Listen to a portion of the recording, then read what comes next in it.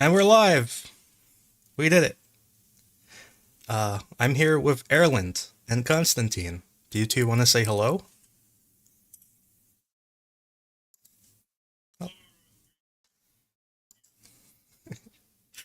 Uh, yeah, well, we have to give everybody a minute to join. But there are some people here. It's cool. Hello, everybody. Uh, I forgot to turn off my fan on my computer. I don't know if you can hear it. I can hear it. I'm going to turn it on quiet mode. Okay, it's all quiet now. All right. So, how are you two doing? How are you, Constantine? I'm assuming you're at work right now.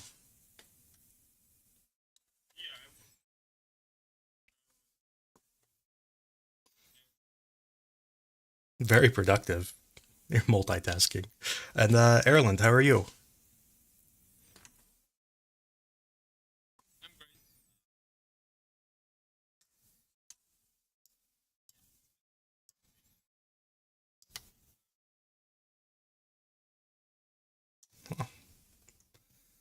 Yeah.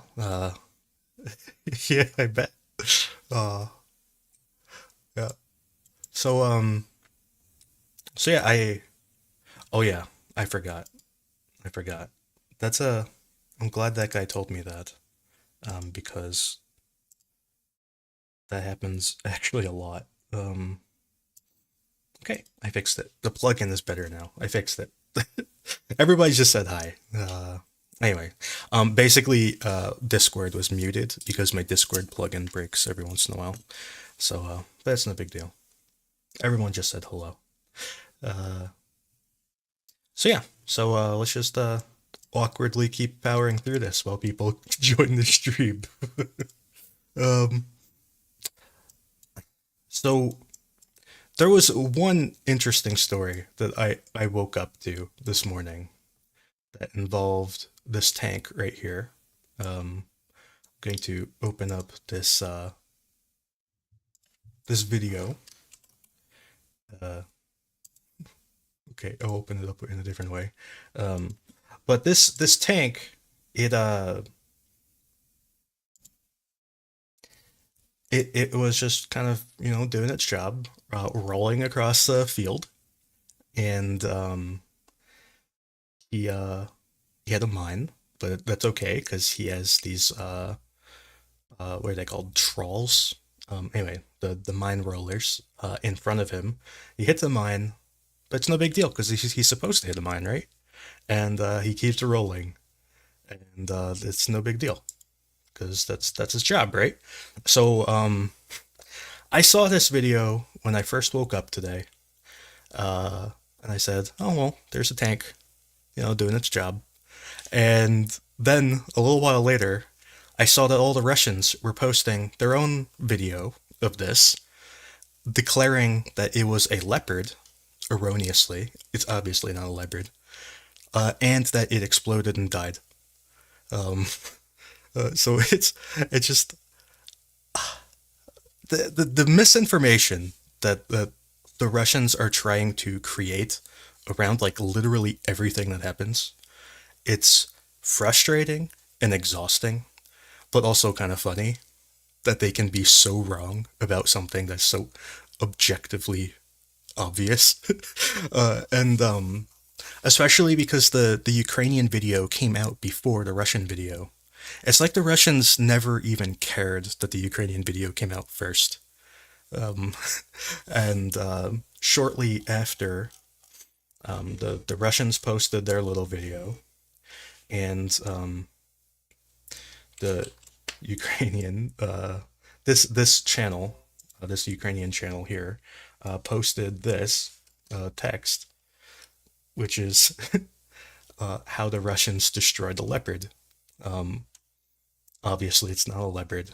This is a video posted by the 15th Brigade, etc., etc. And this here is the Russian video, filmed from a different angle, obviously. And they declare victory. Tank destroyed. The video stops right here. They do not want you to know that the tank just kept going. So I don't know. Erlend, did you see these videos this morning? Yeah, I also saw a Russian tank with a cope cage on fire, like a dumpster fire, Yeah. uh, and it was just going very slowly over the field, passing by the Ukrainians like nothing happened. Those weren't those. I don't think those were Ukrainians. That was a Russian position. Those were Russians, yeah, and they were They were speaking Russian. with Russian accent.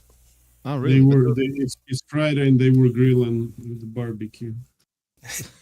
they were laughing. They were like, "Ah, look at this, funny. Like, it's rolling." Yeah, they were Russians. Well, what can you do when you look at it? It's rolling. Cry. Cry. I mean, not gonna help you, right? Yeah, Yeah, I think I have that video here somewhere. I just need to. I just sent it in the chat. Yeah, I mean, I have it. It's on my desktop. It's just if you knew what my desktop looked like right now, you would understand. My desktop is just like 1,000 videos. Here it is. Yep,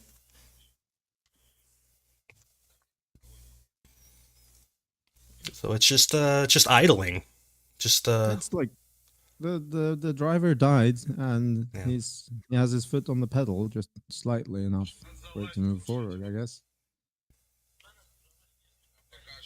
it goes through the trees. I think I've seen a longer version of that. Well, that's the version I have. But yeah, that's those certainly were videos. It's like there's just a lot of misinformation going on. Um, People are asking me about a fire at the nuclear power plant. No, I don't know about a fire at the nuclear power plant. If such news came out, it came out while I was preparing for the stream, so I didn't see it. I haven't looked at the news in about an hour, so anything that happened in the past hour, I have no idea. I don't know. Did you two see anything about fire at a nuclear power plant? Nope. Yeah. I'll just quickly go through my Zaporizhia news people. Well, that person didn't say anything, and they complain about literally everything. It's like their thing is just complaining constantly. So they didn't mention it. What about them? They also didn't mention it. Uh, Zap Info didn't mention it.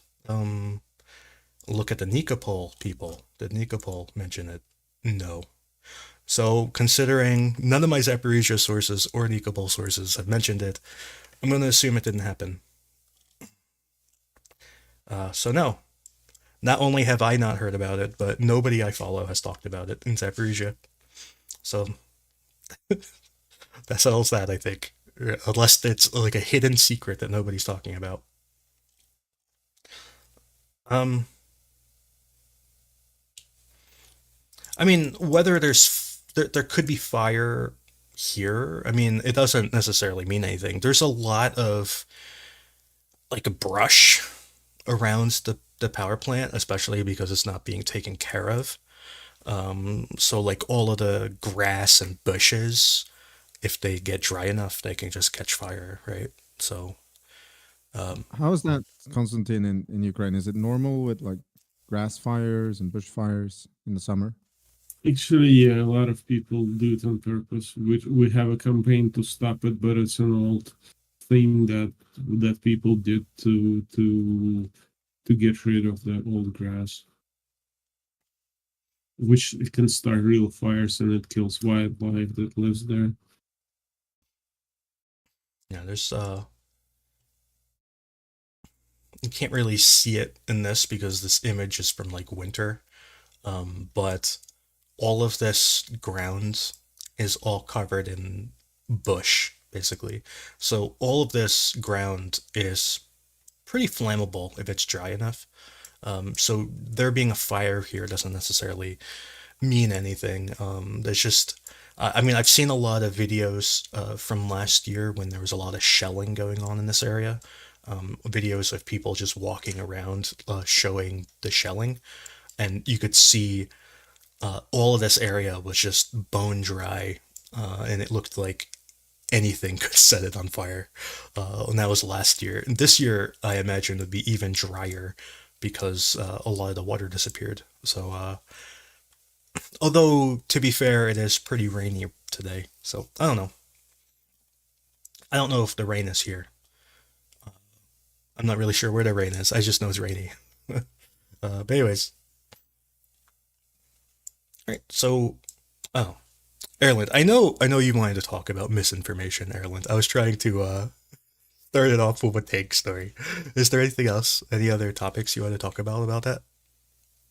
Well, maybe some DPCIMs and how everyone is saying they're going to use them on trenches.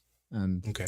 yeah, talk to a friend of mine who might uh, speak up later if he wants to, that they're probably going to be used differently. Yeah, let me see if I can find a video that kind of proves the point here. I think this is the video. Oh god, that's so loud. That hurt my ears so much. Okay, so this doesn't really prove the point at all. But anyways, uh if you can imagine, prior to the point where all of the trees were exploded, this trench line. Let's just look at the satellite view, I guess. Because this trench line was in trees. Let's well put it that way.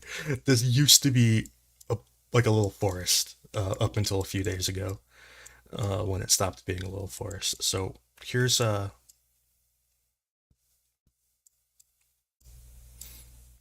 gonna go back in time to like the beginning of June, I guess. June 7th. That was a good day. Nice bright sunny day on June 7th. Okay.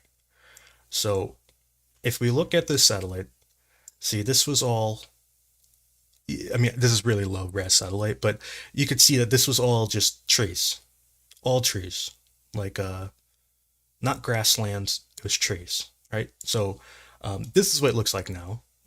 It's a little different because of artillery, just tons of artillery, but all of these trenches were in trees.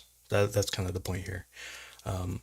So prior to the defoliation, if you were to shoot cluster munitions at this, I imagine a lot of the cluster munitions would fail to detonate because they would be hitting limbs on a tree that might not be sufficient force to trigger the fuse. They could be hitting the sides of the tree or weird, not hitting the ground solidly. Because these cluster munitions, they only explode if they hit the ground like on a roughly 90-degree angle, nice and hard, right? So if the ground is soft or if it's not on a solid, like a good angle, they're not going to blow up. But also, they're not going to be hitting where you want them to hit, right?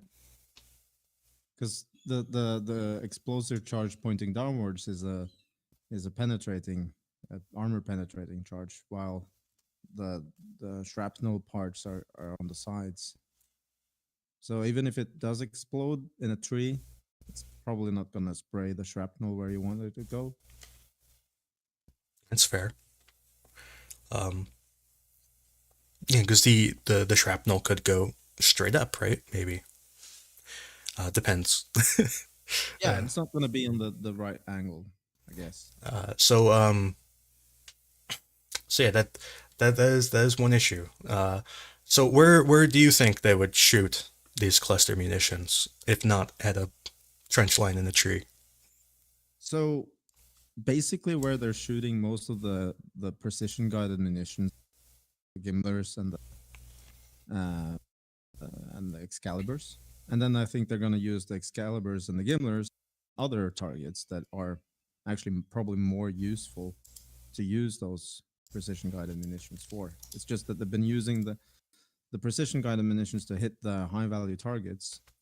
But if you can shoot them with an artillery round that is going to hit in the vicinity cluster munitions and take out almost certainly the vehicle or command posts or towed artillery piece, then probably you're going to be more effective using those. Yeah. And can you speak up a little bit? Sorry, I was a Yeah, little there you go. bit far away from the mic. Yeah, There you go. so I, Yeah, yeah. I think I think S- that also around typical towed artillery piece that the Russians have placed somewhere, there's going to be a lot of ammo laying around, and I think that DPCMs are going to be very effective against those yeah. positions. So like this is an example of uh Constantine posted this video yesterday. I think it was yesterday. Um uh but this is a Gimler striking it's attacking a self-propelled gun. The self-propelled gun, you can kind of see it. It's like right there. It's in the trees. But this Gimler, which is shooting its little tungsten balls, they it could not blow up in the tree line because of potential fusing problems. Because you can't really estimate the height of the trees because each tree is a different height, and I'm not sure how you would even guess how tall the trees are to begin with. But even if you guessed the height of one tree, a different tree could mess it up. So you don't want to shoot a Gimler at trees if you don't like if you can avoid it, you don't want to. So what they did is they shot it, just far away enough from the trees that old tungsten balls would fly through the trees and destroy the target. So you could see in a different frame of this video, you could see the balls kind of landing over here. So its blast radius was kind of like this. So the self-propelled gun was destroyed, even though the Gimler was nowhere near it, because you don't want to land in the trees. Landing in trees are hard. Trees make things more difficult. That's why you hide in them, right? Yeah, it, it's also visual concealment. It's not just the actual problems with the munitions, I guess. But yeah, it makes things difficult for sure. Yeah. But anyways, so there's not too much news to talk about. I just want to throw that out there. There's a few things. There's one thing. Okay, so Constantine, do you know anything about what's going on in like Novoselivska? I've seen a couple of bodies over there, but that's it. Yeah, I don't know. Not much changed. I don't think there were any changes. yeah, because I've heard some rumors that Novoselivska is abandoned by Ukraine. That's one rumor. Another rumor is that Russia has taken the town, which I don't really believe, to be honest. Another another possibility is that Ukraine still controls part of the town. I don't know which of those is true. I have not changed the map. I might change it later to just be a gray area. I'm really not sure what to do. Now the area south of Novoselivska, Russia has advanced here. We know that they are at this intersection, this tree line, and we know that they are at this intersection and at this intersection. So that's kind of the way I've mapped it. It's just across these three intersections. So so but beyond that, I don't really know what to say. There's just a lot of rumors, and I have no way of confirming any of it. Um, so I don't know what to say about Novoselivska. Now, Yeah, I will maybe have an answer for you a bit later. I asked because if I ask, I know. If I don't ask, I don't know. okay, So I just ask what's up there, or the guy who's flying there. okay. So now south of Novoselivska, um, uh, Russia is attacking towards Nevsky, and I believe the fighting is going on around this foresty area. And I say that just because on the satellite imagery, this is where all of the shelling is taking place, is like roughly here. And also, there seems to be some shelling in this little field here. Now, I am pretty sure that Russia is nowhere near this field, so I assume that whatever is going on in this field might be I don't know, like mortars maybe, or I don't know. I have no idea what would be in this field. But anyways, it's some sort of like rear element of Ukraine is apparently getting shelled in this field, and the more forward people seem to be getting shelled in this like little chicken foot of forest. Um, okay, so I guess we have a question. uh, the people are asking who you two are, so I guess we should go through that. Constantine is a Ukrainian. He is a he fought in the Ukrainian army in 2014, right? Uh, he was a conscript. Um, I don't know if you want to talk about that, Constantine, but people are asking who you are. That's who Constantine is, and Erlend is also in the military, but not in the Ukrainian military. Do you want to talk about yourself, Erlend? Well, I'm not in the You're military. very quiet. I'm not in the military anymore. Oh yeah, you're not anymore, but you No, were. but I was, yeah, in the Norwegian army. So I'm Norwegian. He's Norwegian. I was a conscript as well, but then I signed the contract and stayed for another 3 years. So we also have mandatory military service in Norway, but it wasn't the same as for Constantine. And yeah, I was more fortunate. Yeah. I So was I was not exactly conscript. I was mobilized, so you can call me what you call right now mobix. That's who I was. yeah, So you were mobilized when the war started? Yes, in August 2014, June, August. Yeah, about like in about these days right now, but in 2014. yeah. So that's who they are. So uh, they're both Constantine also does a lot of stuff yeah, now, sending very, very important equipment to Ukraine. yeah.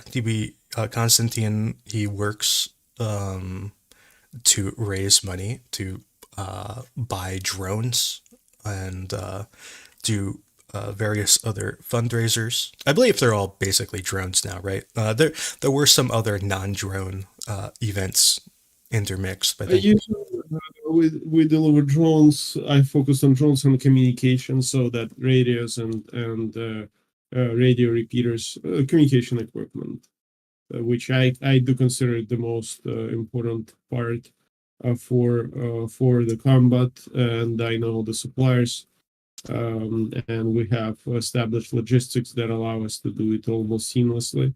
That's why I mostly focus on specifically on those items. I'm not saying that other things are not important. Everything is medicine is important, but I do believe that drones and communication is the most critical part. Can I ask you, Constantine, like how is the situation when it comes to radio nets and relays in the Ukrainian army? Is that standardized at all, or is it whatever you can get? That's what you're operating with. It's pretty standardized actually, but of course there is never enough equipment. There is imagine like you have equipment on your like inventory list, and there is actual equipment that is needed because it's like it's like imagine that you go on a hunt, and you have a list of things you should take, and you usually uh, find something. The harder environment is, the more you find something that you forgot, you wish you would have. It's the same with and the numbers, of course. Because as an example, like we use Motorola's, That's standard equipment for handheld radios like walkie-talkies. And you can imagine, for example, you have one per platoon, and of course, sometimes you want more. You don't want to be shouting to your squad leaders something. Instead, it's great to have them to give them radios as well, but they're not in inventory, and also get lost a lot because this equipment gets lost a lot during the shellings. For example, you keep them in the you keep them in keep your radio. If you're holding the positions, it's usually the commander keeps them inside the small bunker. And if the shell comes in, you lose it. Also, when you retreating on when you moving, you have pretty good chances of losing it in the chaos and in the firefights. So that equipment get lost, broken a lot. So we try to help with it a lot. When we're talking about walkie-talkies, there are also like repeaters. I don't know how what is the technical call for maybe relay. You can call it a Re- relay as well. yeah, relays. Yeah. Yeah, we have those standard as well. We use on certain frequencies and we move them. We provide those as well because, for example, we have one repeater for per company on similar or similar, and sorry per battalion. Like because it's technical characteristics. It's supposed to work on 3 kilometer radius, which would be enough for a battalion. But reality is, there is a landscape that may prevent it from happening. Then you may have one company being overstretched. So we're coming in and trying to close those gaps, and of course they can be broken and destroyed because Russians they look for this equipment. They have detection equipment they have electronic warfare equipment like they have or once I think the drones that fly and they monitor, they try to triangulate and locate where that equipment is, and it's important. It's really important to they strike it. They take out local network or radio network basically, and its communication becomes much more complex. So we try to have those things ready and supplied. In fact, I'm ordering right now two repeaters worth of 6,000 pounds. Yeah, and we're gonna help a bit to the for help 92nd Brigade a bit. That's interesting. Yeah, so repeaters are or relays are super important for coverage, of course, because yeah, as you said, like geographical features could actually cut off the signal for between two different units that are operating in the same area because the radio signals are not going over obstacles. For instance, between if you're in two different valley ridges, then having a repeater on top is probably going to help you a lot. And so you said 3 kilometers is what the repeater gives you. Well, yeah, it depends, of course, on the antenna that you use. The power that you the amplifier, but generally, yeah, that's around 2-3 kilometers. You So can it's a, it's a commercial equipment. It's nothing hmm. nothing super fancy. Yeah, but it helps. It gives you redundancy to the operating units, but it's a very localized system. Yeah, of course, we're not talking about strategic level communications here. Yeah, and of course, I presume that these relays are very vulnerable because of EW and localized. Like they can be localized if the Russians actually do triangulation of the radio emitters because they're constantly emitting radio signal.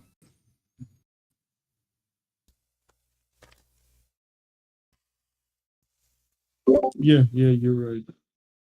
It's hard to like it's an active system that that shoots out the signal all the time. So it's obviously it can be triangulated. And there are some solutions for this. Like it's not, you don't want your signal to be too strong, right? Because you're gonna be seen pretty easily. So you want to, ideally you want your signal to reach your troops and not a meter further. So it's harder to locate. This is really good work you're doing. I mean, And of course, we also help with Starlinks. They are absolutely critical because you can build radio networks based on this equipment on Motorola's. Sorry, not on radio, like TCP/IP networks based on Motorola. But it's not that common. It's of course easier, more susceptible than Starlink, which is very directional and it is much harder to jam. So we provide also Starlinks, but I did not do Starlinks for a couple of months because they're a pain in the ass to buy. It's because it's only end consumer stuff. You cannot buy it from wholesaler. You gotta have actually like 20 people with different cards buying them on their home addresses and then nullifying their cards so they don't get charged. And it's a huge process if you wanna do it on an industrial level. sounds like you're doing a very, very important work, and that having people like you based in the US is, yeah, it's key for certain units that get this aid. Yeah. Yeah, thank you. CJ, do you want to say hello? He left. Oh, okay. Oh yeah, you did leave. Okay. Uh, okay. So I'm just gonna blaze through the news because it's gonna take me like probably like 5 minutes to get through it all. So I'm just gonna go through the news and then if we want to go back and talk about each individual place, we can do that in a minute. But I just want to get through the news in one continuous little thing. Okay, so there's fighting going on north of Kremena. They're trying to push west. So the fighting is east of Nebska and east of Terny, and also to the west of Dibrova. So it's basically here, here, and here. Also, Russia advanced in this kind of area, which is kind of to the west of Shipilivka. So in this little tiny region, there's an advance. There's been ongoing fighting here for a while, so it's not really big news. No, between Bilohorivka and Razdolivka, there's no changes that I know of. In the north of Bakhmut, I've updated part of my map. Here, I thought this was in Ukrainian control, but it's not. So that's changed. So I was wrong about that. In Berhivka, there's active fighting with no known changes. In Klashivka, there are changes that we'll get back to in a minute in more detail. But just doing a brief overview, Ukraine is advancing. It seems that this height is either in Ukrainian hands right now, or will probably be by the end of today. That's the news that I've heard. It seems that even the most pro-Russian people are saying that Russia is pulling out of these heights, which is bad, and also they tend to report several days behind real time. So saying that they're pulling out, it probably happened a few days ago. So I really want to see those trenches, like how they look like. yeah, I remember when Ukraine initially pulled out of this area. I had a guy. He's an American who's fighting for Ukraine, but he told me that these trenches here were terrible. And I don't mean like the conditions were bad. I mean, like they were dug wrong. Like they're in like the wrong place. And he was like, "Man, those trenches sucked." uh, that's why he really firmly believed that these trenches are in the wrong place, and if they were dug correctly, they wouldn't have lost it. But that was just kind of his opinion, and I don't know if you we could look at this in a minute. Maybe you have your own opinion on that, but to the west of Andrivka, Ukraine has firmly established control in this tree line here, and they are continuing to move west. This position right here, between these two tree lines in this little area, this was a very heavily fortified Russian position, and it seems that they have lost this position. This is actually really important to this was one of the most important defensive positions for Klishivka. So losing it is actually a really big deal, and it seems that Russia has abandoned it, and it's possible that Ukraine has captured it. But either way, it's really catastrophic for the defense of Klishivka to lose that spot. Now, all of this area, I have no news until Novokalinove, which is there's some fighting going on here. I'm not 100% sure where the fighting is. They say that the fighting is in the direction of uh, Ceramic. Anyway, the fight. So I assume that the fighting is in the northern part, but I don't actually know. I do know that this forest. Russia tried to fight out of here for a while, trying to like move to this forest and move up, but it failed miserably. So I'm pretty sure there's no more Russians in this area. And similarly, I believe this southern forest also failed. And by failed, I mean none of these trees exist anymore. It's completely barren of trees, as if there were never a tree there before. It's not even a pile of dead wood anymore. It's just nothingness. So I think they're trying to go north now, and it's probably not going to work, to be honest. Um, in the south of Avdivka, the Russians are trying to push north from Opitna. They've been trying to do this for months and with no success. Similarly, they're trying to move north from Vodiana with no success. They're trying to push into Pervomaisky again with no success. In fact, they are continuously losing ground in Pervomaisky. So they this line here, this highway, is the end of Pervomaisky and the beginning of Pisky. So they are really it used to be that Russia controlled up to around here. In fact, I had a conversation with a Ukrainian soldier who was stationed around here, talking about how they had to abandon their positions under direct fire because they had been run out and they were around this area here. So over the past few months, Russia has been pushed from around here all the way back to here, and it seems that they are continuing to move backwards. Eventually, they're going to be fighting in Pisky again, if it goes at this rate. And I'll also remind you that Russia at one point controlled this area of Pervomaisky, where they have since been ejected, and they are continuously being pushed south and east. Um,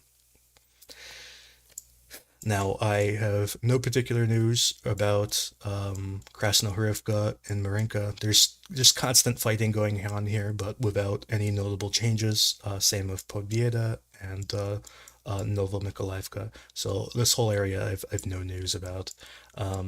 I do know that the Ukrainians are trying to move southeast towards Vladimirivka, and I do know that a lot of the soldiers here are Americans because they publish videos of their escapades onto YouTube every once in a while.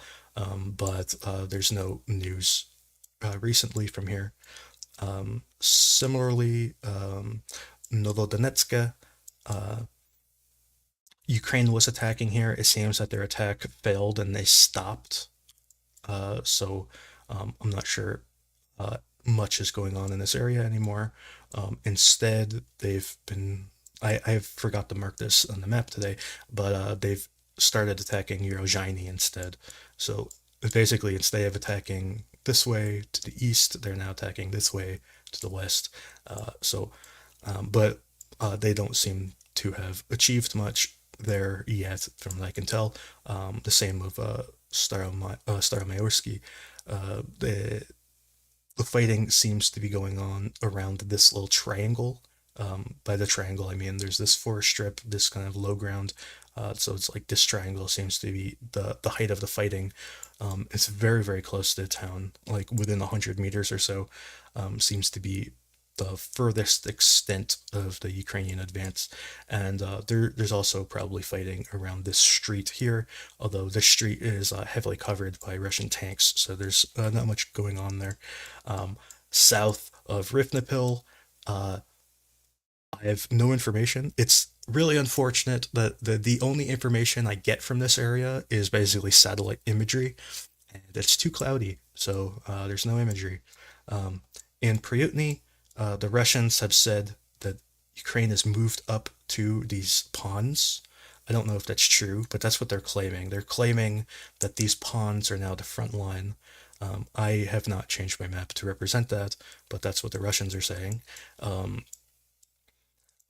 I have no news from this area. In Chervona, the Russians claim that they pushed up to these ponds. It's believable, but I have not seen evidence of it, so I haven't changed the map. Um, Near Dorozhenyanka, uh, Russians did a toss strike. I believe this strike may be old, but I marked it anyway. But they fired a bunch of toss right there. Uh, Now getting into the Rivnapil area, um, Ukraine tried attacking the southern portion of Novopokrovka. They were attacking kind of along this vector. They drove down this forest. They cut across and got to this forest and then tried to cut across this field, and it didn't end well. Um, Ukraine has pushed down into this trench line, which is from the video I showed earlier, where all the trees were destroyed. So Ukraine is in this trench line, moving south.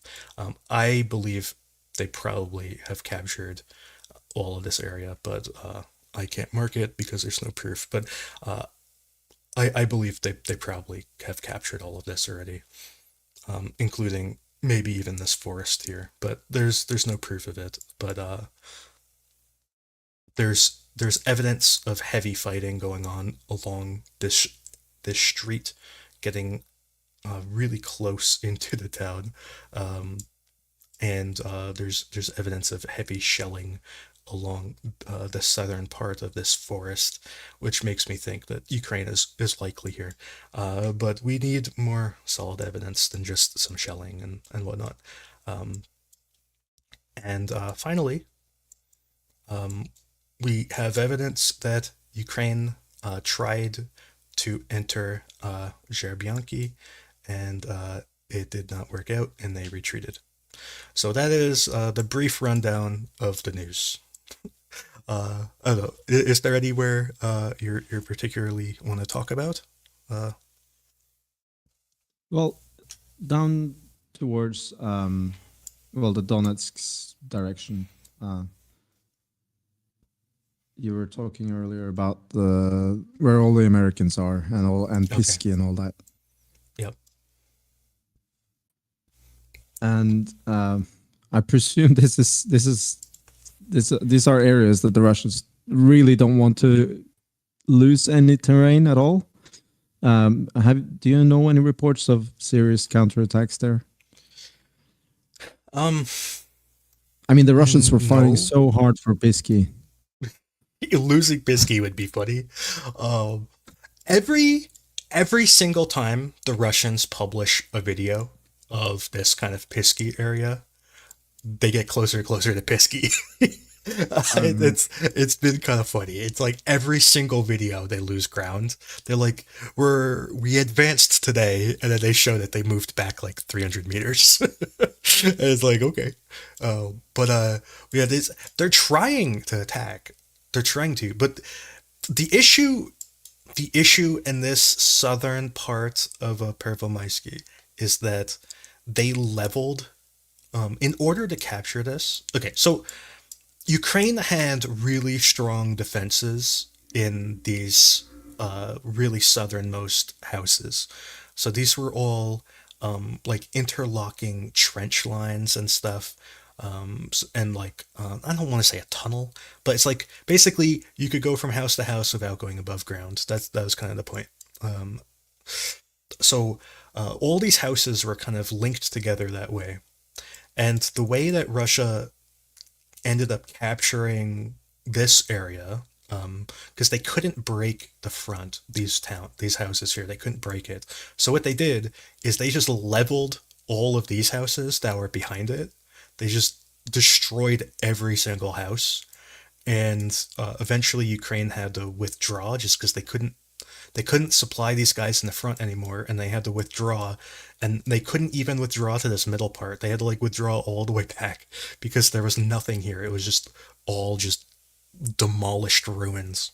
So now Russia is in this really awkward position because they're kind of where Ukraine was before, but in reverse, because Russia can't defend this middle area because they demolished it, and so they're left with these houses in the back that they're using the defenses that Ukraine had before, and so and then Ukraine is kind of in the reverse position where it's really hard to move through this middle area because it's demolished, and then there's these fortified houses.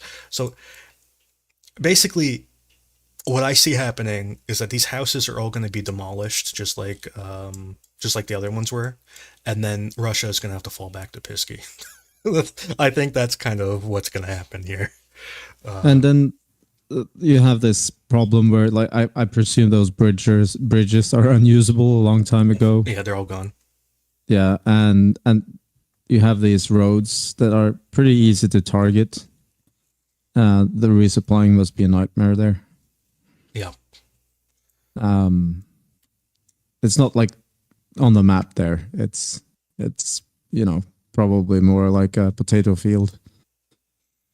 Yeah, it's this is not a good place. And this road in particular, like right here, uh is completely zeroed in. Yeah. So there are a lot of videos with like Ukraine has like tanks like up here somewhere, and they have this all zeroed in. So if you like and there's a ton of videos like this where they take like 3 or 4 BMPs and they just drive them all down this road, and as soon as they hit like around here, they just get shot by tanks, and they can't do anything about it, and usually they just try to keep going. You can't go under the bridge, so you have to go like up. You have to like turn up to like here and then go that way and then turn again, and meanwhile you're getting shot at by tanks the entire time. So there's a ton of videos like that of Russia just losing all their BMPs trying to resupply their guys. As long as the Russians are, continuing to try and hold that piece of land, I would just stay there. I wouldn't try and advance towards Bisky. Well, this I don't think they could advance. Like advancing here is really hard. And I don't know if you remember, but the naked Russian guy happened about right here. The guy that ran out of the tank? Yeah. So that was about that was the tank was destroyed about here, and he was naked around here. So what I guess is that he was entirely covered in fuel inside the tank, and he just took off his clothes while he was exiting the tank to not catch fire. Maybe It was a pretty good move. yeah. Or maybe it was just sitting in his boxers because it was, I don't know, too hot. No air conditioning. Yeah. This whole area is really difficult for Russia. What's really bizarre is that they keep trying to attack from Apitne, trying to move north. They did recently capture this trench line, and then obviously they lost it again. They lost it on the fourth. Uh, so but they're losing so many guys. Like I don't know how many guys they've lost, but it's a lot. Like the amount of infantry trying to push north from Epitna is absurd. And also recently they had this completely catastrophic assault north of Avdivka, where they ended up losing like 5 or 6 BMPs and a tank and all of the infantry basically. They must have lost 100 guys or more in that assault. It was a catastrophe. And it wasn't actually one assault. We just kind of call it one assault because both assaults happened in the exact same location and were presented as a single video, but it was actually multiple assaults, all of which were catastrophic. So this whole Avdiivka area is going very badly for Russia, and it's going not great for Ukraine either. There's tons of casualties here. There's a lot of casualties. There's a lot of artillery, nonstop artillery. You're just hiding in a trench, hoping not to get shelled, and that's kind of your day. And then every once in a while, your trench gets shelled, and you take a bunch of casualties and you evacuate them and get new guys, and you sit there hoping not to get shelled again. And that's kind of the day in the life of a soldier fighting in Avdiivka. Do you know if the Avdivka area has been rotated again, or they rotated I don't know, like a month ago. So which regiment? Maybe 2 months brigade? ago. Which brigade is there now? What was it? The 79th? No, I can't remember. Because I think the 79th is in like Marinka, I think, and Krasnohorivka. I can't remember who's up here now.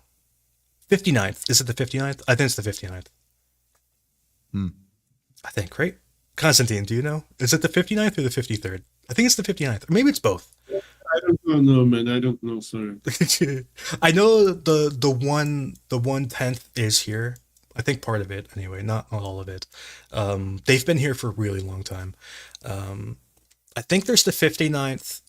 I think the 59th is fighting here, like in the south, and I think the 1/10th is fighting in like this northern part, and the 53rd I think is fighting over here, like in Novelska, and the 79th is like down here. I think that's what it is. But that's just going from memory. I might be wrong. The people who were fighting prior to that were rotated out a while ago, like 2 months, 3 months. I don't know, but they're now fighting down like in the offensive. So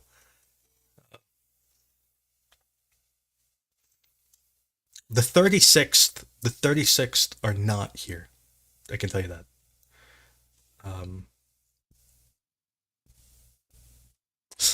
Anyways, so that's kind of that. I do want to show a new toy that I have. It's too expensive though. We're gonna show a new toy.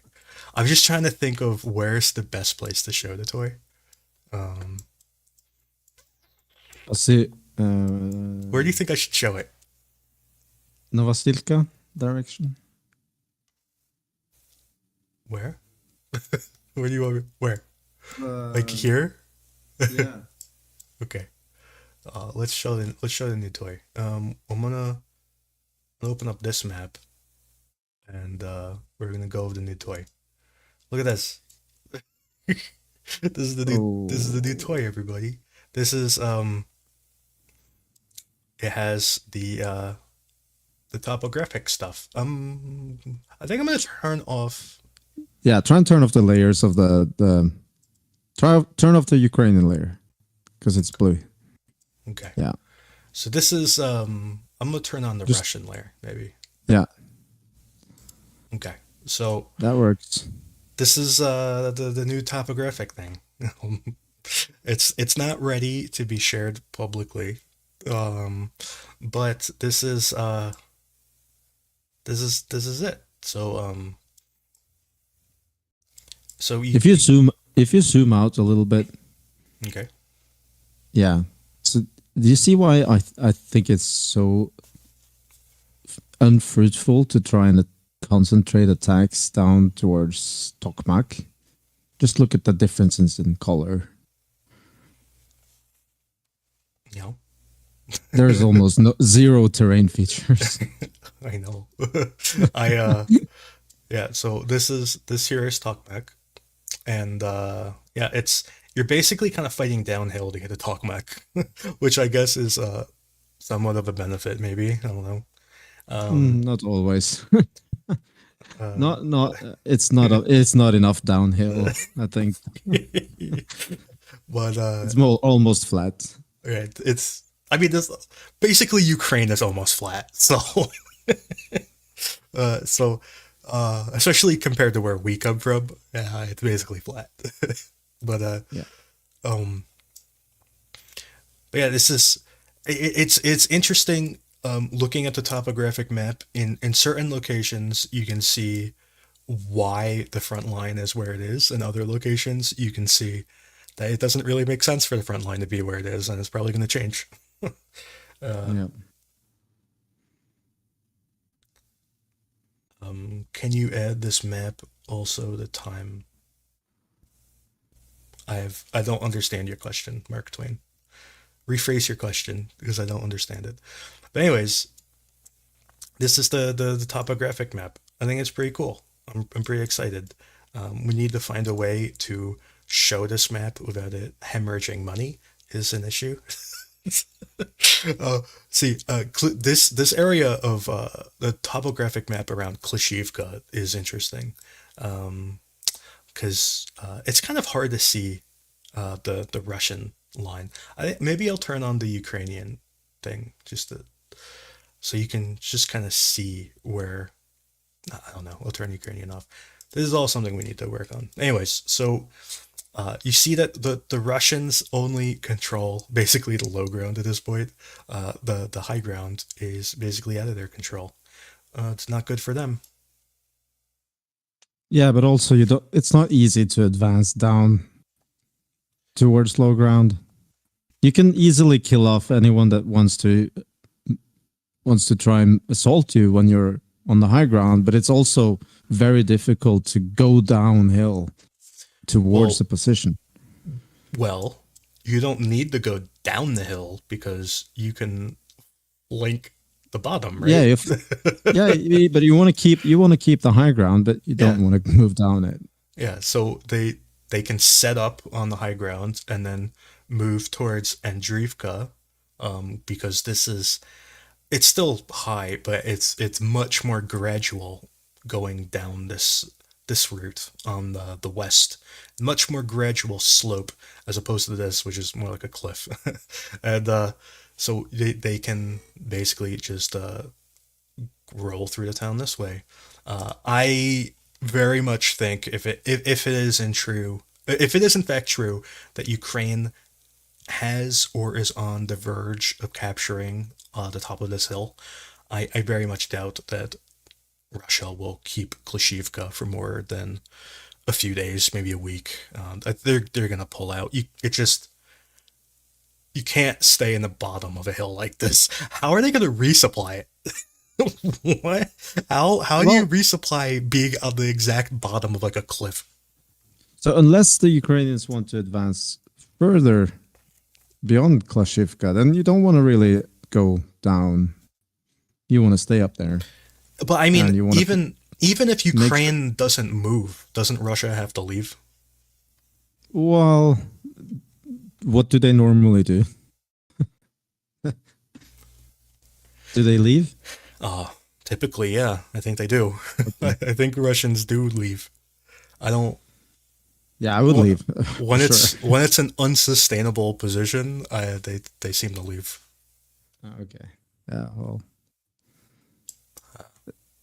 Well, I think that many of the situations that I would see as unsustainable, the Russians see as sustainable. So I'm a little bit confused about that. But yeah. Yeah, I just don't see how you can hold Klishivka if once you lose the hill, especially if you lost that western flank as well. It's really bad. But getting into this, what does the terrain tell you about this area around Vlika Novosilka? Velika Novosilka, the axis. So if you zoom out a little bit more, you can see that at least it has terrain features, right? There are ridges and some heights that you can maneuver along, where you can position your tanks or anti-tank guided missiles, and have an overlook. And you could use that kind of terrain in your advance. While when it's all flat, full of fields with just windbreakers made of trees, then moving across the terrain is really difficult. Also because probably that area, which has more terrain features, is not as heavily mined. It might be mined, or it is mined, but I don't think it's as heavily mined as the fields down towards Tokmak. I honestly don't know. I we do know So it's definitely mined. We know that. We could get that. yeah, But it's mined, but there's a lot more trees and terrain features, and it's just more difficult physically to place a mine where there are trees and ridges, rather than on a field where you just dig a hole and put a mine there. oh, this is not the right map. I want to do this one. Okay. So this I think this map is the best at showing just just the trees, because this is kind of what you're talking about. So uh, it just seems that there's a greater density of trees The here. windbreakers. Yeah. So compared to, well, the thing about That's this area is that they're more erratic in this area. I don't know if that's a good thing or a bad thing. This area But is more it's more if you zoom scraggly. It's if you like, zoom in on where the blue arrows are, yeah, you see how long those fields are, yeah. These fields are really long. going from north to south. Yeah, They're incredibly long. yeah. They sure are. And this is like one of the worst areas, and like this field over here. Yeah, uh, and I'm guessing that the wind directions are mainly like east west, and those windbreakers are there to protect the fields. it could be. But yeah, this as you kind of go west, you notice that they get more angled, more on this like 45-degree angle, and smaller and more erratic.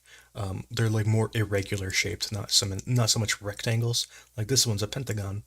So yeah, that's something that I've noticed for a long time. These are sorts of things that you pick up on in geolocating when you see, oh, all these fields are perfectly rectangular, so it must be over here. All And you these really don't fields are want weird shaped. you really don't want to advance over a field which is perfectly rectangular, and where the next field is perfectly rectangular in the same orientation as the one you just went through. Like it's a nightmare. Yeah, it's yeah, this whole southern direction is a bit of a nightmare. Without air But power, it's not great. but if you go towards this Novosilka, Yeah, Vasila Novosilka, yeah, you'll see that the difference is that there is it's right here. super grainy on my stream. Yeah. I can only see pixels right now. Sorry. It looks I'm perfect on assuming. my screen. Oh yeah, I know. Yeah, but you can see that. Okay, this big field in the middle there, it's going to be a nightmare to go through that one. But if you go a little bit to the east, and especially on the west side of that, you have a lot of terrain features compared to these fields. I would avoid going through those fields at all costs. Uh, yeah. Yeah. Well, oh, it's unfortunate that they're going to have to at some point. Not great. Not Yeah. great. So I'm gonna turn some of the map back on. Okay. So I'm just gonna check to see if we have any questions. Um,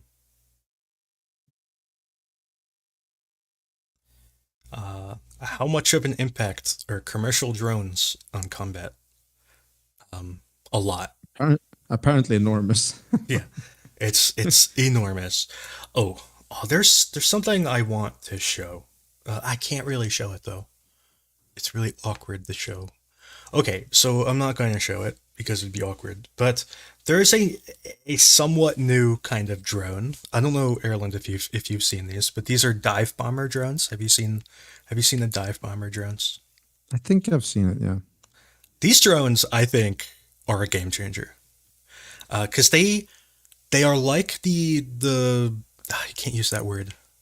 Um, the drones that fly into things. We can't use like the actual word. But the drones that fly into things, they achieve an effect that is a good effect in that they can destroy a vehicle, but it's bad in that the drone is also destroyed in the process.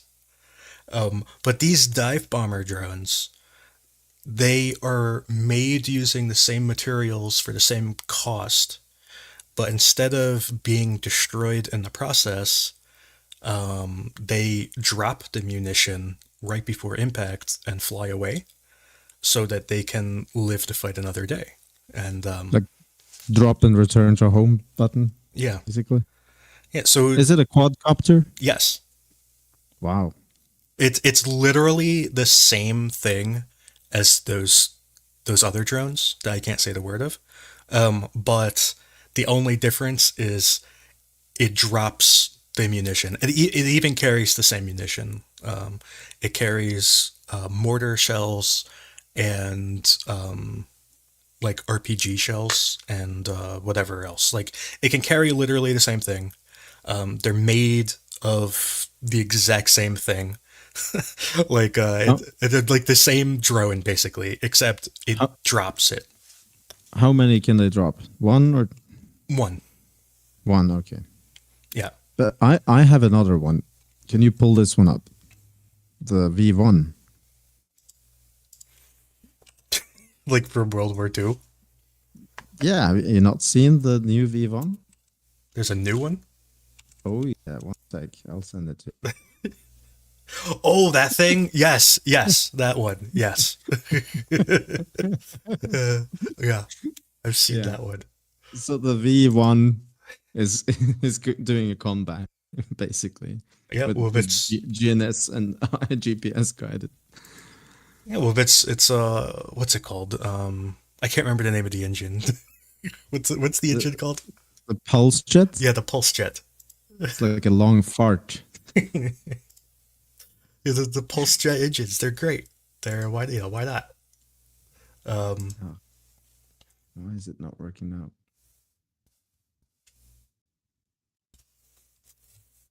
Oh,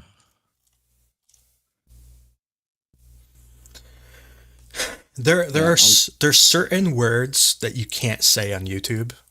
Um, Oh, and the I'm word sorry. for this drone is one of those words. There's like a handful of words you're just not allowed to say. There. And that's Can you put that this. in the stream? Let's see. It doesn't have the magic word. That's good.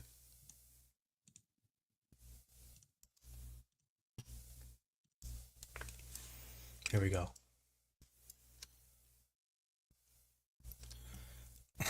there it is. It's beautiful. It's it looks fancy, like it's like a modern cruise missile, except it has a pulse jet engine,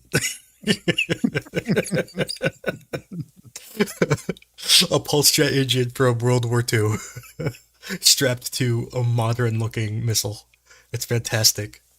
But yeah. Yeah. And it uses gasoline. That's a great. It's a practical fuel. You know. And the only way to get this thing going is to basically, you basically have to you have to launch it on a rail, like the Wehrmacht did. I mean, you may as well. Why not? How else are you gonna launch it? Are you gonna throw it?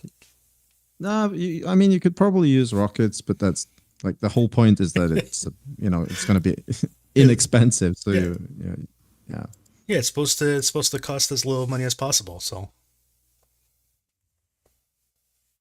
yeah, but this is gonna be effective probably. Well, so I talked to a friend of mine, John. I'm going to say his name. And he thinks that they're mainly going to be used as diversions. But Yeah, I mean they'll- that's exactly how I would use them. Why not? Why? I mean, honestly, what is more valuable than taking out their anti-aircraft stuff? And you don't even have to destroy their anti-aircraft stuff to make them waste their missiles. Like today, we saw that, what was it, a Tor or whatever, fired a missile at a drone, and the missile failed to detonate because it didn't activate the proximity fuse. Like, that's valuable. Just that alone is valuable, making them waste the missile. They have finite missiles. They don't, it's not like they have infinite missiles. So, like, why well, not? and they will also have to use logistics to get the new missiles to the anti-air system, and then and also another effect is that the crew on the Tor system are going to be like, it missed, what to do now, and then they're going to be like insecure of their whole system if it works or not. Yeah. I was like, I don't know how big these are, but I wonder if they would have the same proximity fuse issue. Because that would be funny. They're probably big enough to be hit, I would assume. I mean, it's a so basically like a huge exhaust pipe thing that is welded together, and then there you have a pressure chamber where an explosion occurs. Yeah, it's probably large enough. That's the point as well. You know, they're gonna be super visible on radar, I think. Yeah, and yeah, so you can fly a bunch of these at something, right? And if some of them get through and you hit the target, that's a bonus. But if they shoot them down and you can spot where they were shot from, then you can shoot a Gimler at them. Yep, exactly. And if they're cheap, that's great. Yeah, and someone asked whether the Tor today that was destroyed was the same Tor as shot. First off, was it a Tor that shot at that drone? Because I don't actually know. Either Tor or Pantsir. Yeah, I think it was a Tor, but I'm not entirely sure. But I doubt it was the same Tor. But it would be funny if it were. But I don't think it was. It seems unlikely that it would be the same Tor. But that Tor did get hit by 2 Gimlers. They really did not like it. You know that Ukraine does not like something when they hit it with 2 Gimlers. Another effect of this V1 is that it's going to be the sound is going. I presume that Ukraine is going to launch like 10, 20 of these at the same time. and you're gonna just have these buzzing things in the sky going across the fields, and they're not very fast, but they're pretty fast. I don't know if they're actually gonna go 400, I but don't yeah. I don't know. I feel like isn't like isn't like the whole point of a pulse jet that you can set the speed really easily? You have to ask John about that. I thought that was like the point of it. Cuz like the prior jet engines were unreliable because of like thrust problems, and the pulse I'm pretty sure has its thrust I believe is set by the geometry. So, but anyways, I think its speed will probably be whatever the theoretical speed is based on the engineering.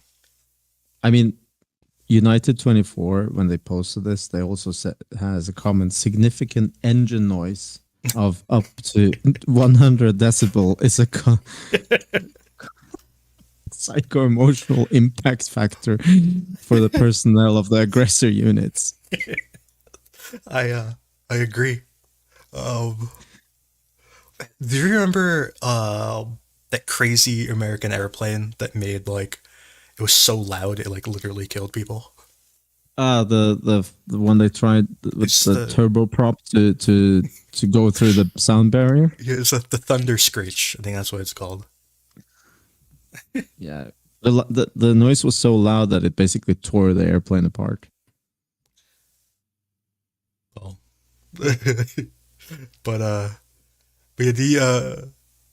the all you had to do is like fly in a circle around people. You don't even need weapons because like just the sound of it alone was damaging. Because it would make you spontaneously start vomiting. Um, I don't think it's gonna be this loud, but it's definitely gonna be I'm just very noticeable that 20 of these things are flying across a field I'm where you're just hiding. I'm just saying sound is a weapon. That's all I'm Oh yeah. saying. Oh yeah.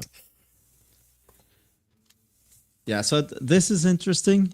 I think it's it's a little bit trolly from Ukraine, but I mean the manufacture of these things, except the control surfaces and the actuation, are probably not that hard. But the actual propulsion system is very easy to manufacture. You can make these things in your garage if you have a TIG welder. I mean, it's you just buy a bunch of exhaust pipes parts. Yeah.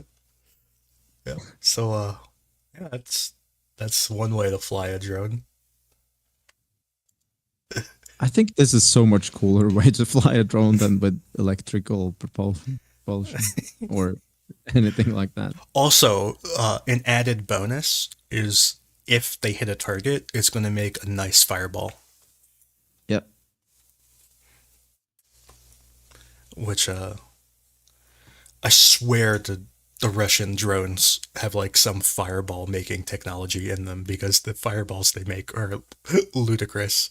I've seen them just crash into like a rock and it makes a giant fireball. It's just the excess gasoline, But I've looked it up. combustion. They're electric engines though. Why? Do they use like exceptionally flammable batteries? Nah, they just put a bottle of gasoline there.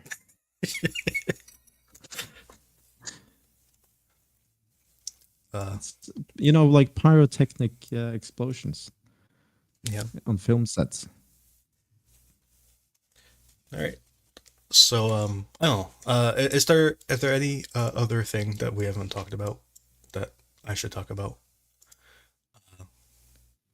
Ukraine was shelling Kremenna today, like the actual town of Kremenna, which is somewhat interesting. Um, Shelling Bakhmut, which was interesting. They destroyed that ammo cache next to Bakhmut. Um, what else? Uh, they hit. I don't know what. I don't. There may be more news about this now, but they hit.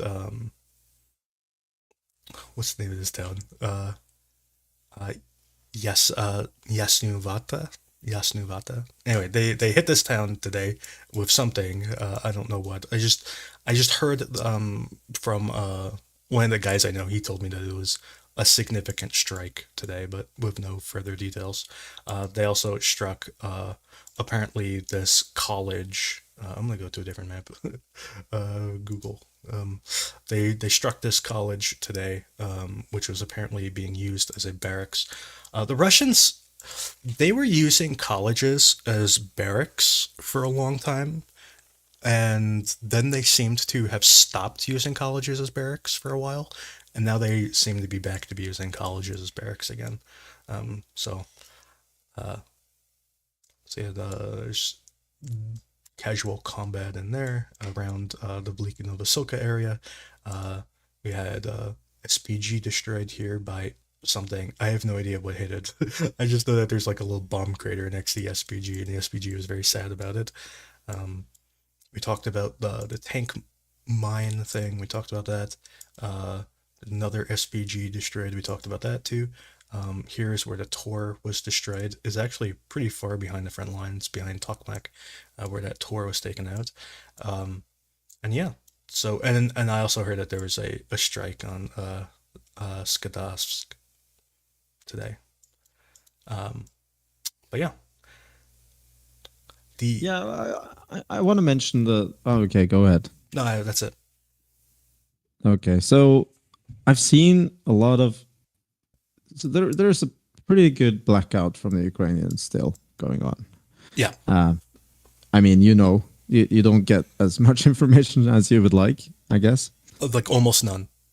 Yeah, and in the wake of almost no information coming out, it is really hard for a lot of the aggregators on Twitter and other medias to report anything at all. And unfortunately, what I see is that many of the sources that are actually pro-Ukrainian or at least not pro-Russian, they tend to report false news or old news. And it's the pity. And Yeah. I think a lot of the negativity that has been around is due to that. It's not because they have information that is valid about Ukrainian losses or Russian successes. It's because they don't have anything to report, so they just parrot misinfo from the Russians. It's why I've really been leaning on satellite imagery.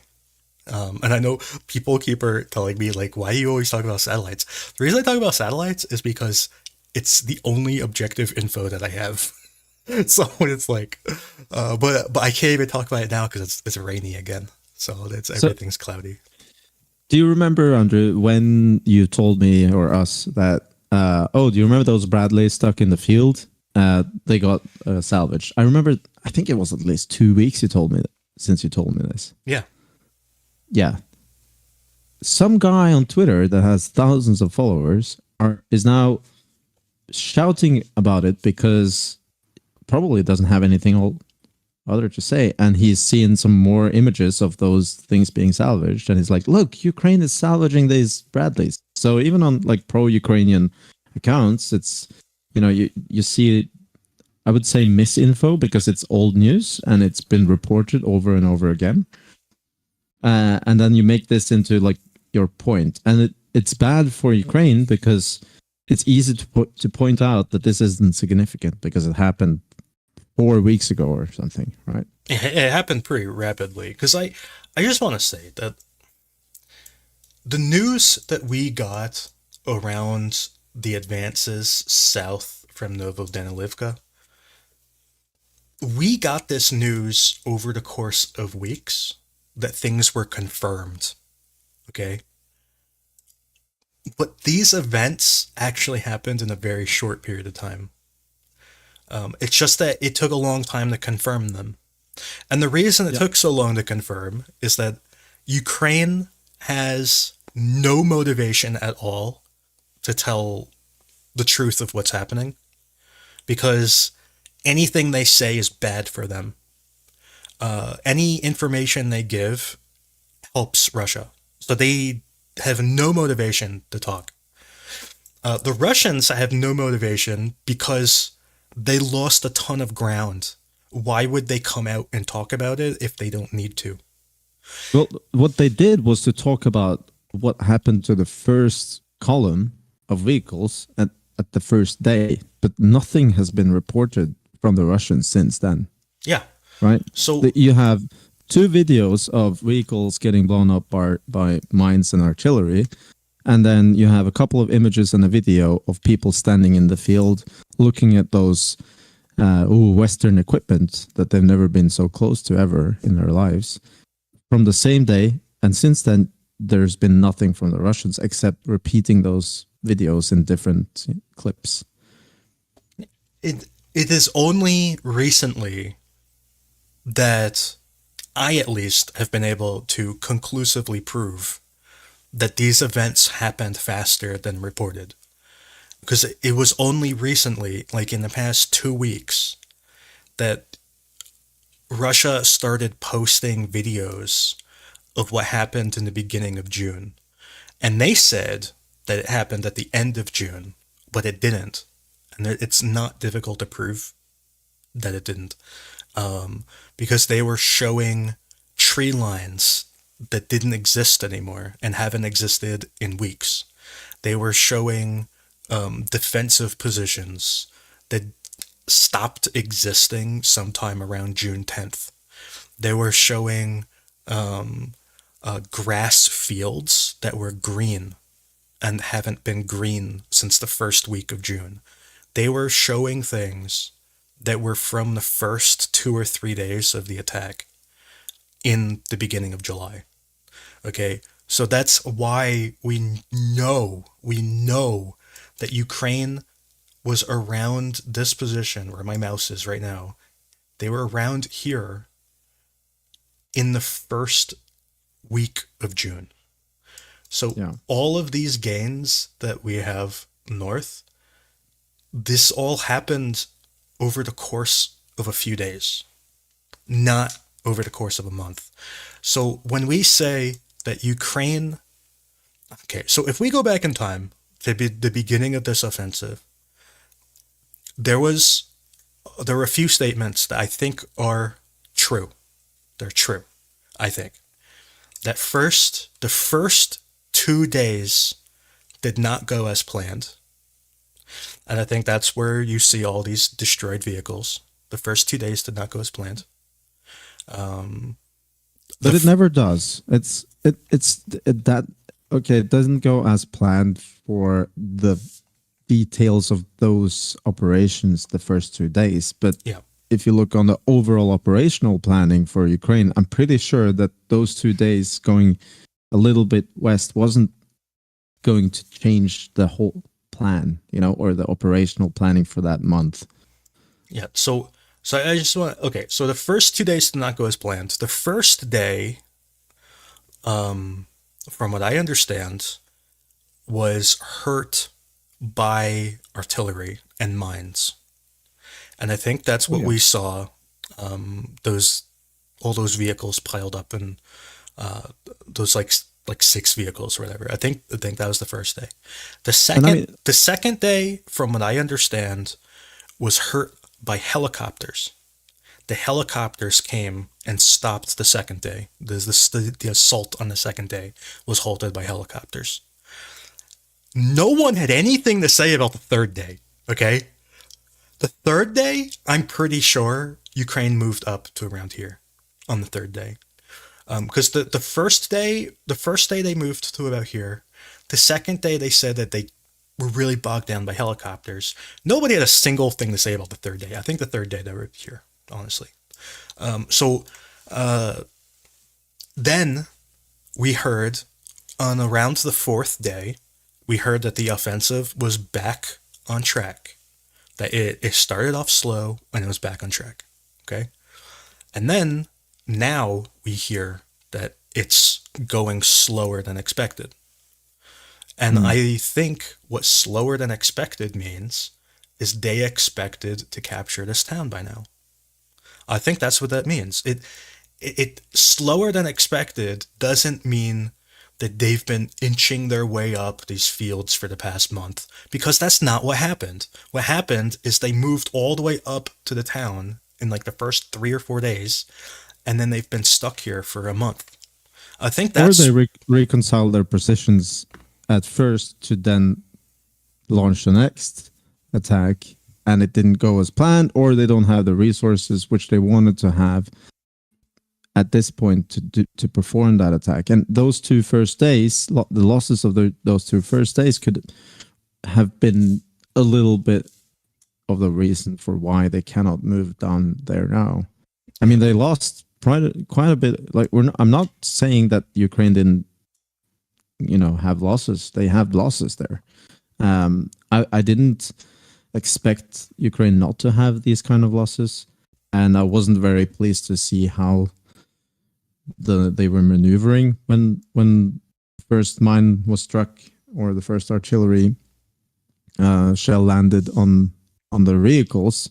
But I expected things like this to happen, and if Ukraine didn't reckon that they would lose anything there and planned on using all those features a month later when they were going to do the next attack, then I understand that they're holding off, or they're not able to progress there. Well, now we know that sometime between July 8th and 10th, Ukraine moved up and captured this trench line. So I have it marked as the 9th, but we know that it had to have been either the 8th, the 9th, or the very early morning of the 10th that this happened. It could not have been after the 10th. So this is actually a very recent event that we can tie down to like a 2.5 day period. They now control this trench line here. I believe that the reason we know that they control this trench line is because they actually control down here. I think that's actually what happened. I think they are actually down here, but we only know that they're up here because they're down there. Because we learn everything after it happens. We learn about things when it doesn't matter anymore. They did not release this because this was the front line. Exactly. If we go back to why I asked this question and wanted to talk about it, it's because the amount of disinformation, misinformation that is coming out now from people who are on both sides it's way worse than it has ever been in this conflict. Because now people who used to be good at only, or at least trying to use confirmed information, they're still addicted to their likes and retweets, or good comments on YouTube or whatever, and they're not getting any because they're not posting any good news or confirmed news because there isn't any. And what happens is that they're desperate for those likes and retweets, and they still post stuff which they find in some Telegram or some dubious Twitter account where a video has been released, which wasn't released earlier, from the Russians, showing the same failed attack, or not failed attack, but just losses that the Ukrainians inevitably will have during an offensive, and that they say this has happened here, right? While it actually happened 4 weeks ago, when Ukraine was way further behind in the offensive, and then people are saying, the Russians counterattacked and reclaimed this amount of territory, and the Ukrainians are losing. So people need to be aware of that. Yeah, it really is grinding my gears that people aren't updating their priors when they learn new information. They just stick to what they what they already thought. You get new information and then you don't even apply that information. You just ignore it. It really grinds my gears. And the thing is that the objective from the Russians is to to sow doubt in the Ukraine's ability to conduct offensive maneuvers, right? So that's their aim. Their aim isn't to make people believe, that people like you and me who try at least to have very confirmed news and not report on anything else. You're doing an amazing job on that, Andrew. And they're trying to make people believe that things are not going well, and they create negativity around the Ukrainian offensive. And like, look, we gave Ukraine all these weapons, but they're not having any success, right? That's what the Russians want to do, and this is controlled media operations. It's not like some random event happening that they were releasing footage from 4 weeks ago to make it look like Ukraine lost. And And- Ukraine they're gonna suffer losses in an offensive for sure, but you need to be cautious about what your sources are, and also look at people who geolocate things. Do like Andrew does, and check the satellite imagery so you can actually see what happened in those terrains over the past 2 months, and you will understand if it was 4 weeks ago or 2 days ago. And I just want to actually I forgot what I was going to say. Never mind. Forgot. Do you ever just have an idea, just vaporize in your brain? Happens. So I just wanted to mention that because I think no one is talking about it enough. Like, and like even people I talk to every day, they're like, "Oh, is it going that bad?" I'm like, let's wait and see until we have like confirmed stuff. Look at Andrew's stream, I say. But yeah, I wanted to say another thing that is completely different, and it's an indication that the Swedish regiment is actually engaged somewhere, but we have no idea where. Or maybe you do, Andrew. I think I do. I think I know where they are. But so the reason why I'm quite certain that the CV90s and the 122s, and maybe even the Archers, but no one has seen the Archer yet. So. Nice. But I'm pretty sure it's there. Have you seen it? I've not seen an Archer. I think it's there. I have seen a CV90. Oh, I've seen 122s as well. I know where the CV90 was. It was right over here. It was right here. Okay. So the 122s are there as well. And probably the Archers too. So the Swedish defense, the Försvarsmaktens, whatever the Swedes have as like weapons study institute, that are looking into how they're going to build their new CV90s for their own defense, have completely turned around and said like, oh, we have to build more 40 millimeter cannons again, because they were supposed to go down to 30 mil and 35 mil. But now they're saying, no, we're going to create more Bofors that were designed in 1933. Just keep going. Why not? Because if that's like a sudden reaction of because they're in the final processes of like lining up how their own CV90s are going to be. I don't know why you would have smaller gun. I really don't. Unless unless it's higher velocity. Ammo. Well, okay. You can carry a lot more ammo. Like that's a big disadvantage with 40 mil Bofors. It's not just like wide. The shell is enormous. Like it's so long as well. Yeah.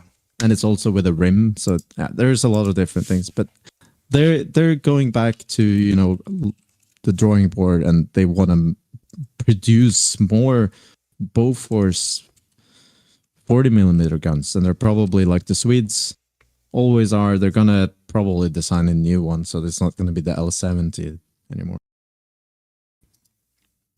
So I'm curious. That tells me one thing: they're having success with those guns.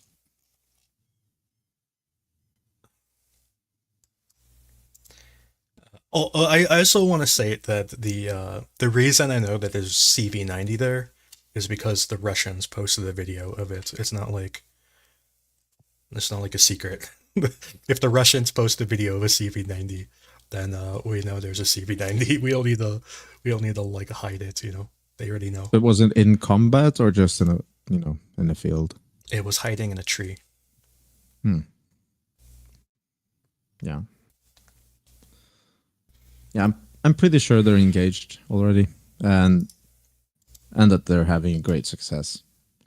And also, the Germans sent a very specific number of 40mm ammunition in their latest package. I thought you were going to say martyrs. They sent those too. Well, maybe not the latest package, but they sent martyrs. Yeah. Uh, Yeah, like the 40mm Bofors munitions are everywhere, like everywhere around the world. There's one person asked about the Challengers. I have not seen a Challenger in combat. I'm almost certain I know where the Challenger is, but I'm not going to say it. But I'm almost certain I know where it is.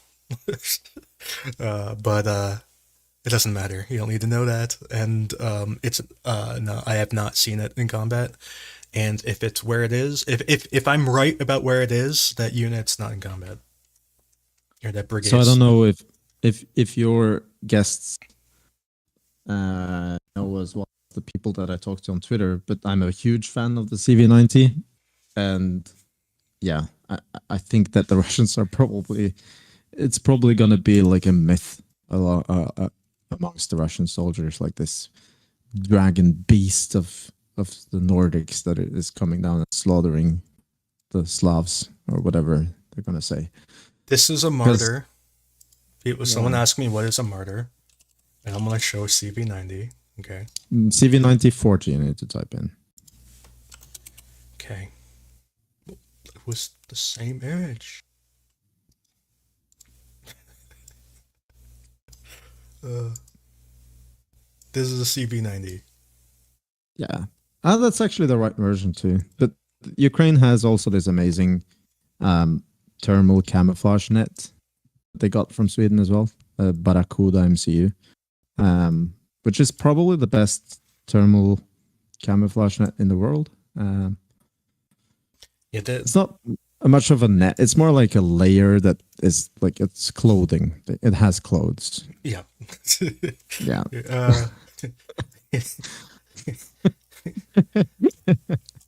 But the CV-90 is largely regarded as the best infantry fighting vehicle out there. There's a bunch of different versions of a CV-90.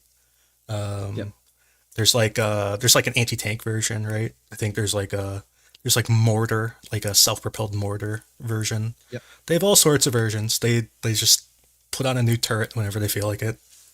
And they've gotten like 8,000 orders or something for it.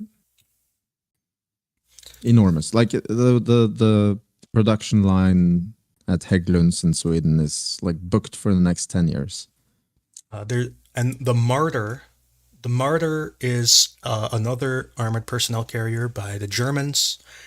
It has a much tinier gun. It's only a 20mm. It also has this missile, which it used to be a Milan, but I think now it's a Spike, right? I think it's a Spike. Nah, I don't think they got the Spike. Well, I don't know what kind of missile they have. I know it used to shoot Milans. Are they shooting Milans still? I have no idea. But yeah, I think it's Milan's because I think Israel has something to do with them not being able to send spikes. But the Martyr, and you have to take this with a grain of salt because it's an infantry fighting vehicle. But it's really heavily armored for an infantry fighting vehicle. That's kind of what it's known for. I think a CV-90 might be more heavily armored. I'm not sure. Yeah, it is. But the Martyr is a pretty heavily armored infantry fighting vehicle. It's like and also, kind of like a small tank. Fast. It's also very fast. Yeah, and then it can its little gun is pretty good. Like a 20mm is a pretty good gun. The thing is that both these, platforms have really good targeting equipment and visual equipment and stabilization systems for the guns. So yeah, of course, the CV90 is a cannon. It's really a big cannon, and it's super scary. But the main thing is that it's gonna protect the people inside. It's fast. It works. It doesn't break down, and it hits the targets that you aim for, and the gun doesn't stop working. So it's reliability, survivability, and also of course just the precision is such a big game changer. Being able to fire on the move and hit your targets, it's yeah. And the really interesting thing is that Ukraine got the absolute best version of the CV90 that the Swedes have.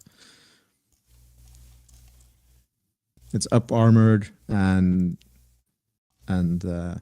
modernized with better targeting equipment.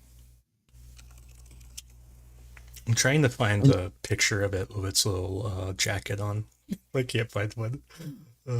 Whatever. Barracuda MCU. And if you could see the little guy that is standing little, he's probably quite large, but there's a guy, looking up through the hatch. So the Swedish version of the CV90 is the only version that has that. Has these two hatches on the back where the soldiers inside can just pop up their heads. I think I found the photo. Here he is. Yep. It's like a little coat. Yeah. And it looks funny, but it actually has like some really high tech technology in the fabric and layered in different ways, so that I've actually looked at this thing in a thermal scope, and yeah, I could find it, but it was at minus 37. So, but the thing is that it is almost invisible compared to one without. And I think in the summer it's probably visible on thermal imaging. So people are arguing over whether a martyr has a toe. I'm like almost certain it does not have a toe. I've never heard of a martyr with a toe. I know it has.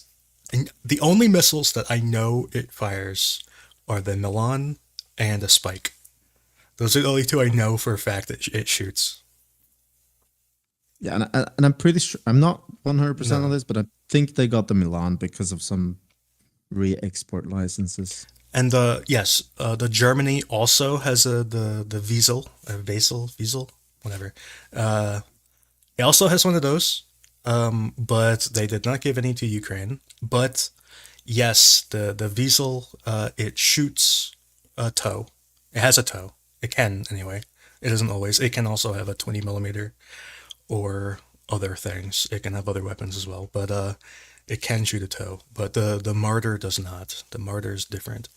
The Wiesel is very, very tiny. It's like the size of a little tiny car. It's like, I love it. It's like adorably, it's like a baby sized tank. Isn't it? Don't you say that word. Is it It's a very offensive word.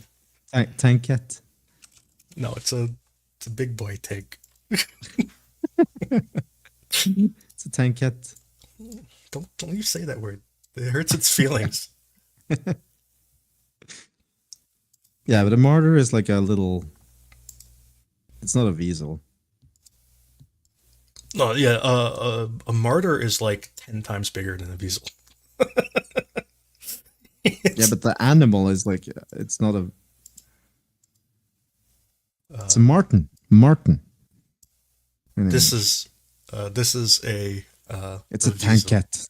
It's a big boy tank. Look at it.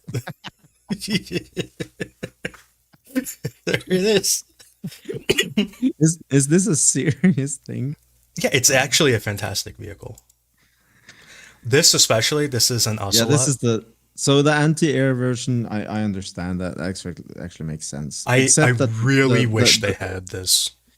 Except that it has stingers. Yes, If you put like Starstreak on that I would love it can shoot Starstreak too. that. Okay, well then give it to Ukraine. I agree. They gave them all to not gave them, but I believe every single ocelot that's currently in existence is currently in Estonia. Yeah, that's how big it is. That's the tow version. Oh my god. What more do you need? But you want to know what? Okay, so there's a few facts about this vehicle that make it actually a fantastic uh, fighting platform. First, the engine in this thing is like the same engine in like a normal car. So it's actually very, very quiet. Like it's like as loud as a car, right? So And it's is the other advantage that it's so small that it doesn't make an anti-tank mine go off? I don't know about that, but the other advantage is that it's so tiny and so fast that it can hide like anywhere, and it has a minimal like thermal signature.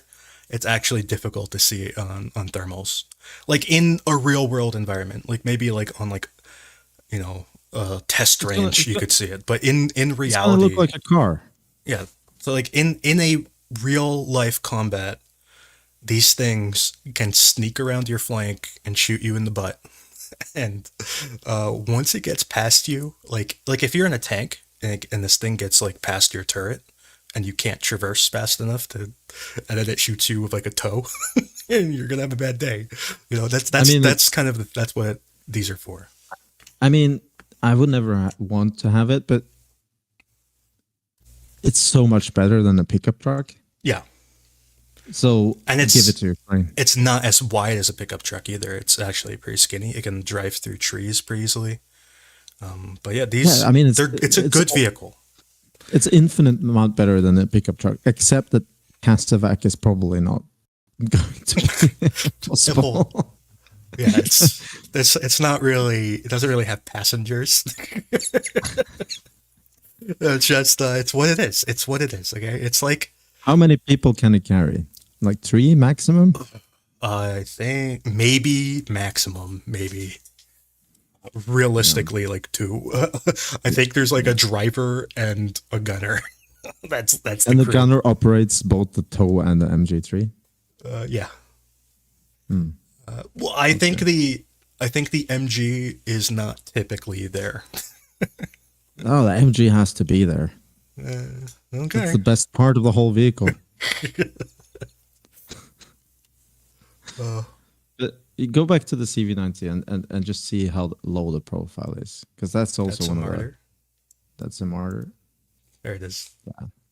So, and then get up a Bradley. Okay. Sorry,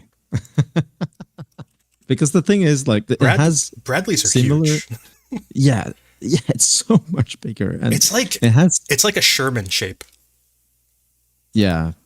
And if you look up on like a YouTube like tour inside the Bradley, you will understand like why it's so bulky. It's just like so much stuff in there, and it's constructed in such a strange way. I'm not saying it's a bad vehicle, because it obviously works and saves lives compared to, yeah, it's just so big. Let's try to put these side by side somehow. It's gonna be let's do this. I don't know how this is gonna work. We're gonna make it work. Uh, Yeah, that's good. Well, I don't know about the scale here, but yeah, I think I'm gonna fix the scale a little bit because oh geez, the stupid that's weasel. how you fix the scale. So yeah, I think this is more the scale. Yeah, I think that's about it. Maybe a little bit smaller. No, yeah, a little bit smaller. Maybe like that.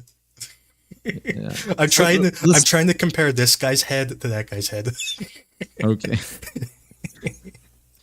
Yeah, and you see how much larger the cannon is. I mean, Yeah. and the thing is that cannon can shoot so many insane rounds, which I would be so terrified of if I was on the Russian side. the high explosive round and the fragmentation round, which is timed, so you can shoot it just so it explodes just above the trench. Um, of course, the Bradley has the same, but it's so much smaller. And it has armor piercing round, which I think they will take out the T-72 quite easily, actually, because it shoots 5 at a row. Yeah. And they'll all hit the same, same spot in the tank. Yeah, it just chews away the armor. It like cuts out cups. Yeah. I think it's going to easily take out the T-72, even from like a difficult angle. Why are we discussing a CB90? Because Erlend loves CB90s, and also Ukraine has CB90s, so why not? Yeah, and also there's some indication that it's been very successful. But we don't know anything because it's a total media blackout there. The Russian doesn't want to post it because it's probably disastrous, and the Ukrainians are keeping their mouths shut.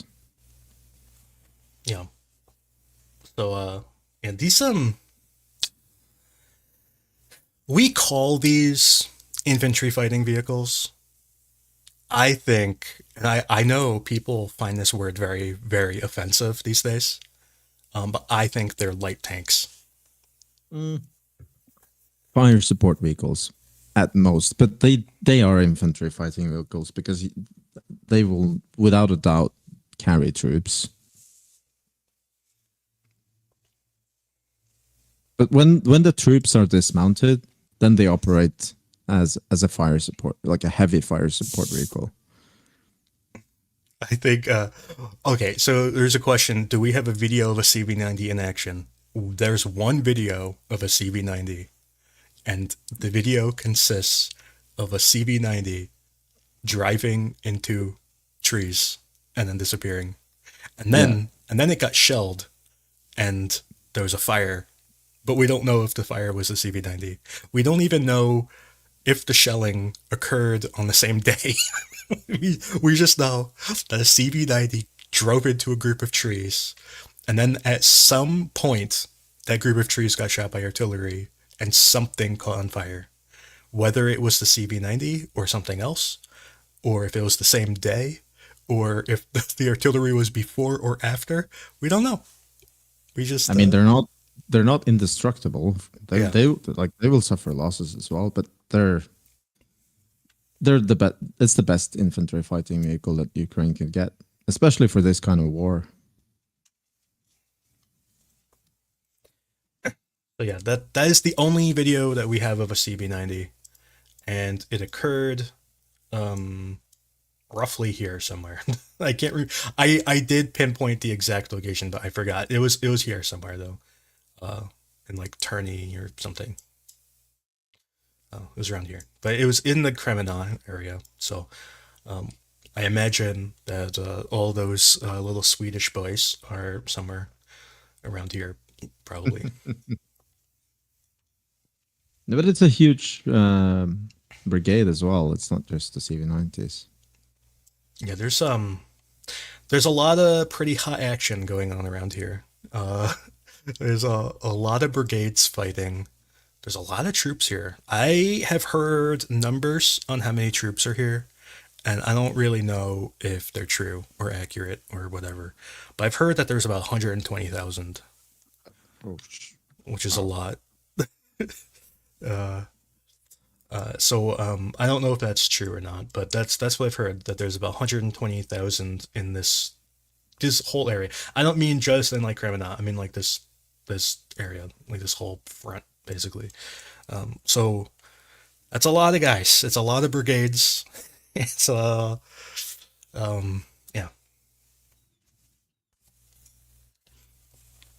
Also, when you look at this forest and you can see trees, just know that there are no trees anymore. Just, this forest is just like a pile of fire at this point.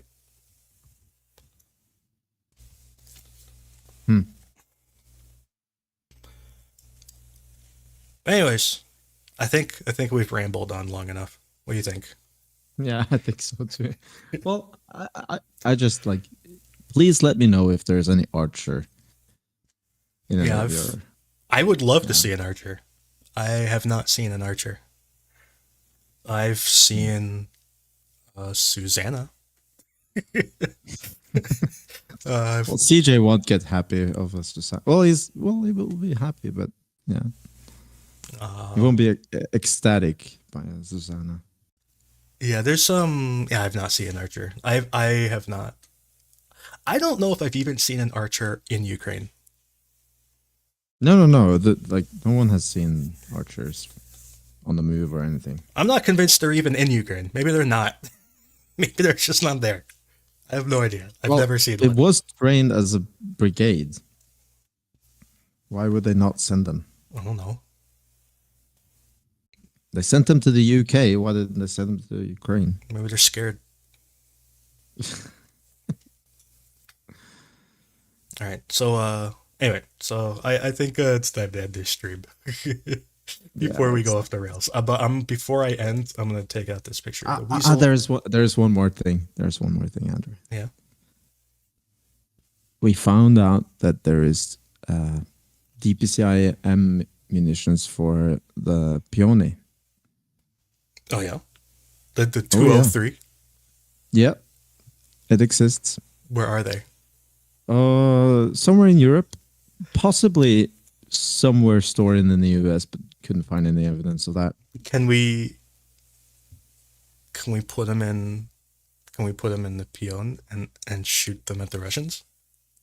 Well, they're shooting other US produced not DPCIM, but other US produced 203 shells. So why not? But I want to do it. I want to see it happen. You know what? There's one thing about the peon, whatever you want to call it. The why does okay? So this gun is a 203, right? And Yep. they developed, I don't know how many rounds, like 10 rounds or something. One of them was like a like a nuclear warhead. But they developed like 10 rounds, and like most of the rounds are really, really rare. And the one round that like everybody uses is like semi armor piercing. Why is like the semi armor piercing like the normal round? It's so weird. Like it's like they wanted to shoot concrete with it, which seems like just what's the word? I can't think of the word. What are the odds that a peon with its like not great accuracy is gonna shoot concrete structures? Like seriously, at these ranges too. Like 'cause you're gonna be shooting like really far away, right? Because it's not the whole Well, point. you're gonna shoot 100 of them at the same time, I guess. But there was a high explosive round, but there's like none of them. They like didn't manufacture many. And then there was like a double high explosive. It's like a high explosive and a half. It's like which they made very few of. And then there are other rounds too that they didn't make that many of. But it's just weird that like the main round is like semi armor piercing. But now they're shooting US made 203 HE fragmentation rounds. Yeah, those are HE. Those are lots of HE. Cause oh man, it's just that round. I think the round is 90 kilograms, right? Something like that. It's huge. And it only has like 14 kilograms of high explosive. A lot of shrapnel. Yeah, I would say so because it's a semi armor piercing, right? So, the full HE had like 20 something kilograms of high explosive, and then there's another one that had like 30 kilograms. But it's just gonna be so big and heavy because it uses so much propellant. Yeah. But anyways, that's just it's just a thing that it tickles me that the main round is semi armor piercing. At least the Soviet round was. The American round is HE. Let's hope that someone finds this DPCIM version laying around somewhere. It would be fantastic to shoot those rounds that far.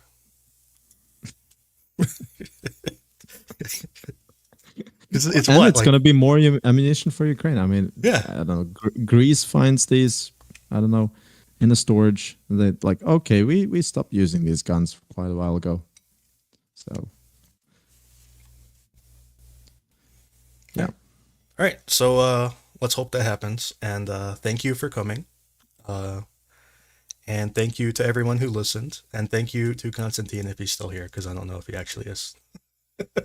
I think he just went off to work at one I'm point. here. We just had a good discussion. I did not feel like I can contribute. Okay. All right. Well, thank you everybody, and I'll have another stream on Tuesday, and we have Tochny on Sunday, right? Do you want to talk about Yep. that? Oh, I'm not Okay, we'll just ready take to that as a do no. promo, but please come to the Twitter space on Sunday. I should have read up on what we're gonna do, but yeah, there's gonna be some very interesting things going on Sunday at Touchney. Charles is lining up some really nice things. So yeah. Okay. All right. Well, see you later. Goodbye, everybody.